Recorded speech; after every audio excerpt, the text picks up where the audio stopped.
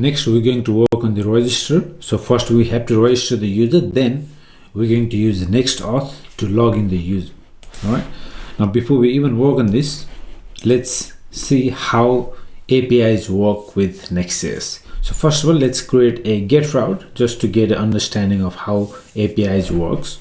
So these API functions, they will be deployed as serverless functions when you deploy your application to Vercel.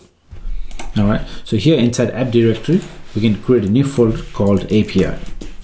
And inside API, if you want to create any route, you give them the name of route.js.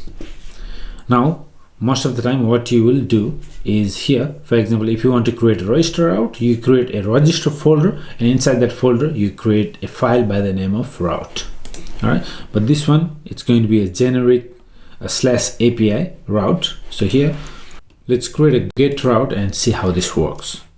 All right, so first of all, what you want to do is you want to import next response from next server, next response from next server, and then we can create our get function. So export async function. So if the function, this HTTP endpoint, will be receiving a get request, you can use get. If it is for post, you name it post, and so on. All right, so this one we're creating a get route, so we use get, and here you have access to request. You can write request or you can just write req, whichever is easier for you. All right, so here we can return, let's send some response, hard-coded response. All right, so return next response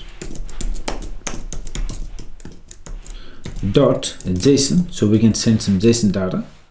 So we can write a message, hello from the API, hello from next API. All right, so this is how we create a route in Next.js. So let's give it a try. So this should be accessible to us on the endpoint /API. All right, so here, if you go /API, you see that response, hello from next API. Beautiful.